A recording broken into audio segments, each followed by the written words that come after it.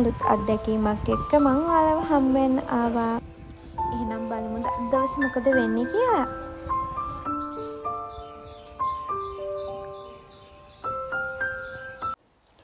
මේ ව්ලොග් එකෙන් අරන් ආවේ වෙසක් එකට අපි ලෑස්ති වුණේ කොහොමද කියලා. ඉතින් වෙසක් කිව්වම අපිට කොහොම මතක් වෙන්නේ වෙසක් කූඩුනේ. ඉතින් මම හිතුවා වෙසක් කූඩු හදන එකෙන්ම ව්ලොග් එක පටන් ගන්න. මේ හරියටම ගිය සතියේ බ්‍රහස්පතින්දා ඒ කියන්නේ වෙසක් එකට දවස් 2කට කලින් මට එදා තමයි මේ වෙසක් කූඩු හදන්න මේ පටන් ගන්න පුළුවන් උනේ. ඉතින් අපි බලමු මං කොහොමද වෙසක් කූඩුව හදන්නේ කියලා. මං ඉතින් මේ මුලින්ම කරන්නේ වෙසක් කූඩුව මේ සෙට් කරගන්න එක. එකක් නම් මම මේ කලින් සෙට් කරගත්තා. ඊට පස්සේ තමයි මට බ්ලොග් එකක් කරන්න ඕනි කියලා අයිඩියා එකක් ආවේ. ඉතින් මං අනිත් කූඩුව සෙට් කරන එකෙන්ම බ්ලොග් එක පටන් ගන්න හිතුවා.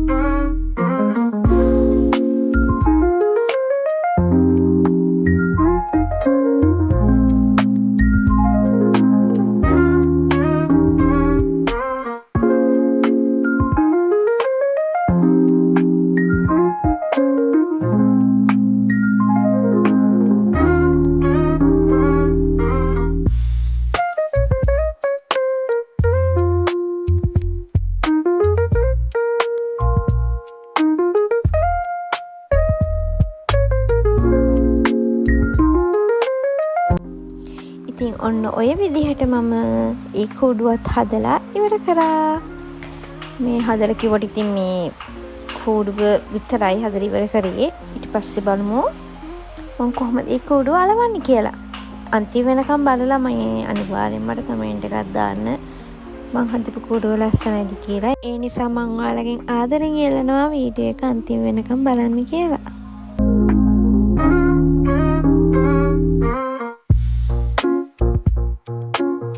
දැන් මම මේ කරන්න හදන්නේ මේ කූඩුවට මේ වැලි කපන්න මේ කොළ දෙකක් අලවන්න.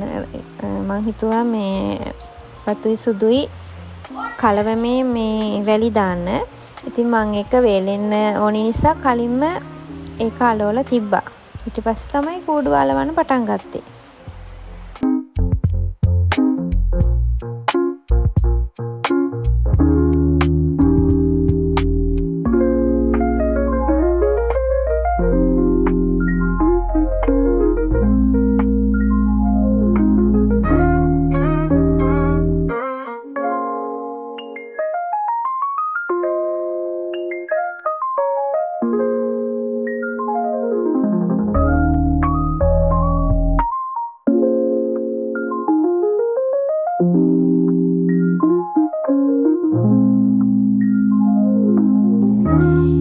දිගට එක තැනකට වෙලා වැඩක් කරන්න බැරි මම ඔන්න ඔය විදිහට තමයි ඉතින් මේ කූඩුව ඇලවුවේ. සැනින් සැරේ හිට යනවා මෙහෙට යනවා. දැන් තමයි කූඩුව අලවන්න පටන් ගත්තේ. මම හිතුවා මේ මුලින්ම තනි සුදු වලින්ම මුළු කූඩුවම අලවනවා කියලා. කූඩු දෙකම මම තනි සුදු වලින් තමයි ඇලෙව්වේ. පස්සේ බලමු මම ඒකට මොකක් කරයිද කියලා.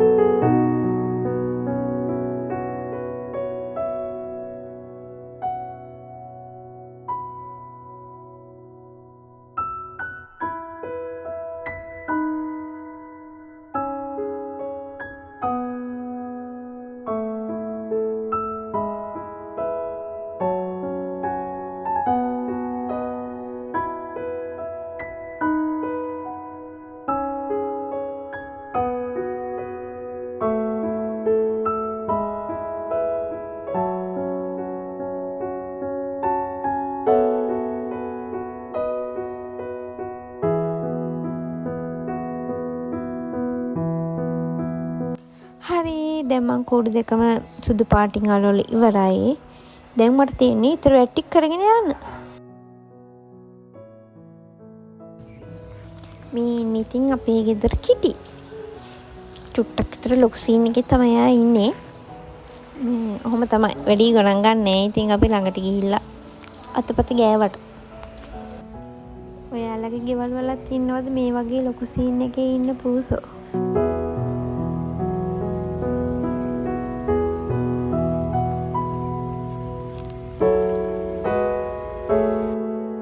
මේ ඉන්නේ අපේ ගෙදර චණ්ඩිය. මෙයාට නම් පුදුම විශයක් තමයි තියෙන්නේ. මේ දැන් මේ වීඩියෝ එකෙත් බලන්නකො ඉන්නේ නෑ එක විදිහකට එක පොඩ්ඩක්. අත ගන්න දෙන්නෙත් නෑ. මේ කිටියට ඉන්න දෙන්නෙත් නැහැ. පුදුම විශයක් තමයි තියෙන්නේ.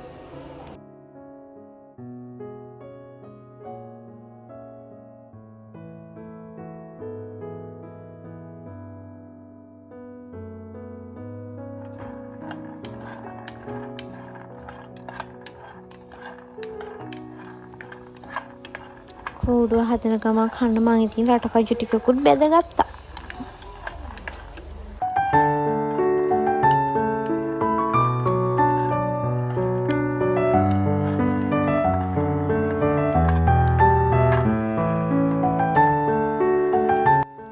ඔන්න ඉතින් බැදගත්ත රටකජු ටික මම කූඩුව හදන ගමන් කෑවා.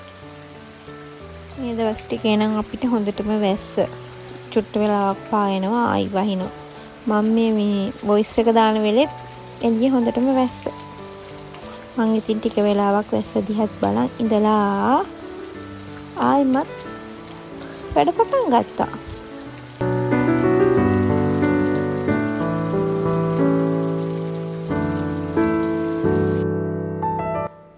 මං ඊට පස්සේ මෙන්න මේ පොඩි කූඩු ටික සෙට් කරා. එතන කූඩු 5ක් තියෙනවා. ඒ 5ත් සෙට් කරලා අද දවස් වැඩ ටික ඉවර කරා. අපි බලමු හෙට මොකද වෙන්නේ කියලා. මේ තියෙන්නේ ඊට පහුවෙනිදා මම මේ අම්මා එක්ක පොඩි කයියක් දාගන්න ගමන් මේ කූඩුවේ ඉතුරු වැඩ ටික පටන් ගත්තා. මම මෙන්න මේ විදිහට මේ පැලි ටික හදාගත්ත. මම ඒක නම් වීඩියෝ කරේ නැහැ.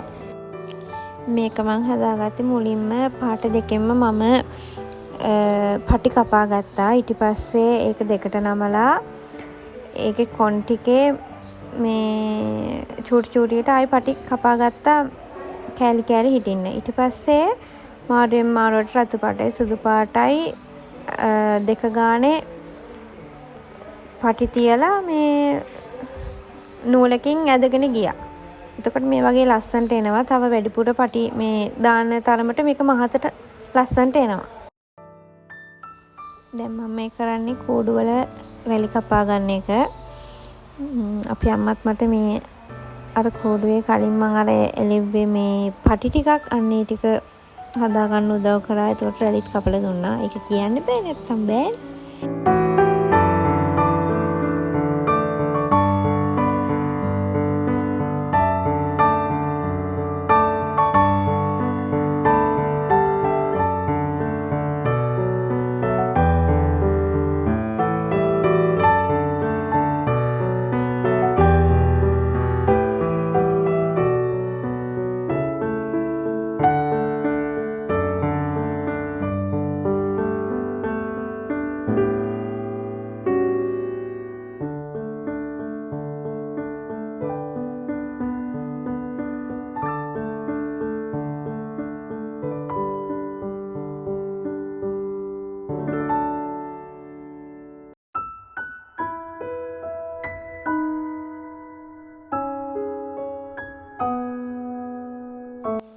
අනිත් කූඩුවට මම වැඩ වැඩි දාන්න නැතුව අපි දාන්න නෝමල් විදිහට පටි කපලා මේ ඔන්න ඔය විදිහට ඇලව ගත්තා.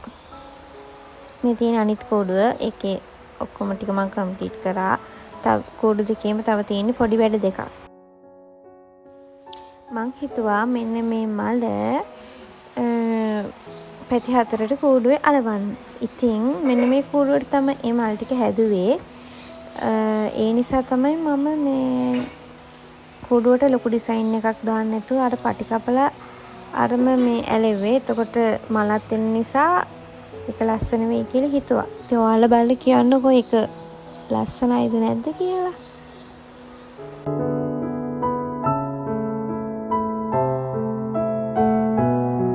ඔන්න ඊළඟට බලා ගන්න පුළුවන් මං හදපු කූඩු දෙක. මම මෙන්න මේ කූඩුවට මේ මල් දාන්න හිටියේ නෑ. ඒත් මට හිතුණා ඒකටත් මල් දෙකක් දැම්මම නම් ලස්සන වෙයි කියලා. එන්නකො එහෙනම් අපේ ගෙදර වෙසක් බලන්න.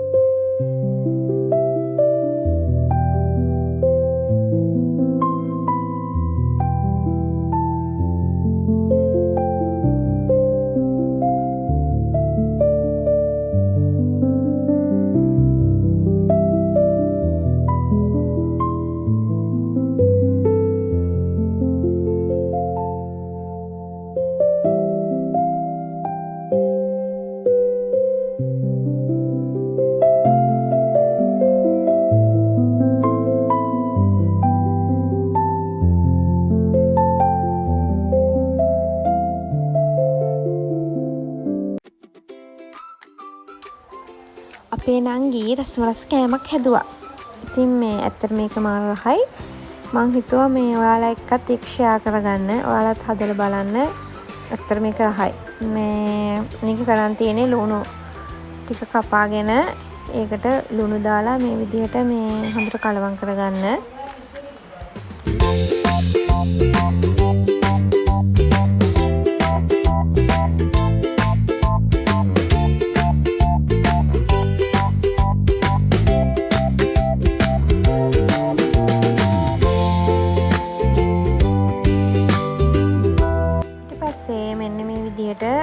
බිත්තරයක් දාගන්න තමයි තියෙන්නේ.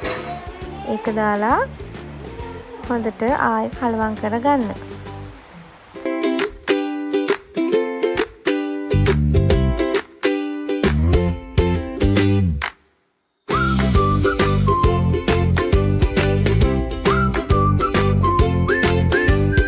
ඊට පස්සේ ඒකට ගම්මිරිස් කොඩු, මිරිස් කොඩු, කෑලි මිරිස් ඔයාලගේ මේ රස අනුව දාගන්න. ගොඩක් සැට කන්න කැමති නැත්නම් පොඩ්ඩක් දාගන්න.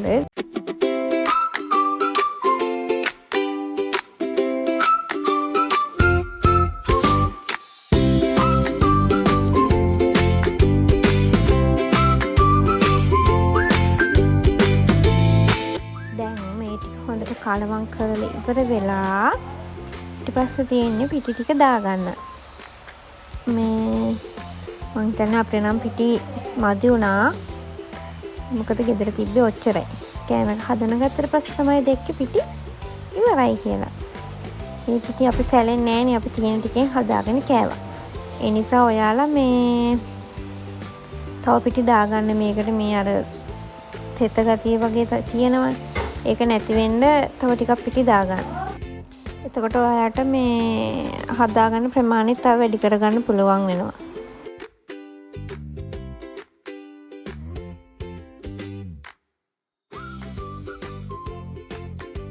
මේ විදිහට හදාගත්ත මිශ්‍රණය ඊට පස්සේ තියෙන්නේ තෙලෙන් බැදගන්න. මේ විදිහට තෙල් ටිකක් දාලා රත් වෙන්න තියලා රත් වුණාට පස්සේ මෙන්න මේකෙන් පොඩ අරගෙන තෙලට දාන්න තමයි තියෙන්නේ.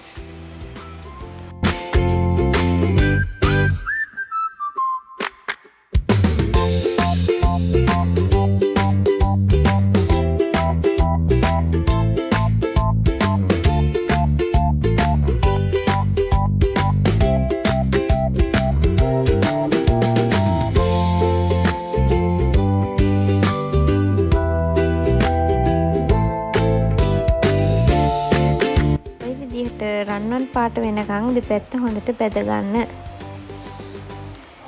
ඊට පස්සේ මේ බාගන්න තමයි තියෙන්නේ. සෝස් එක කද්දි මේක මාර්ම රහයි. නිකුණුත් රහයි.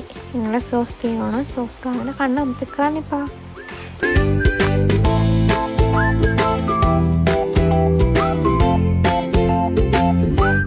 මේ තියෙන ඉතින් අපි හදාගත්ත ටික. ඔයාලත් හදාගෙන කන්න කාලා රහදි කියලා මේ කියන්න. එහෙනම් අදට මං යනවා. ඊළඟ වීඩියෝ එකෙන් හමු වෙමු. මතක් කරලා subscribe කරන්න. bye.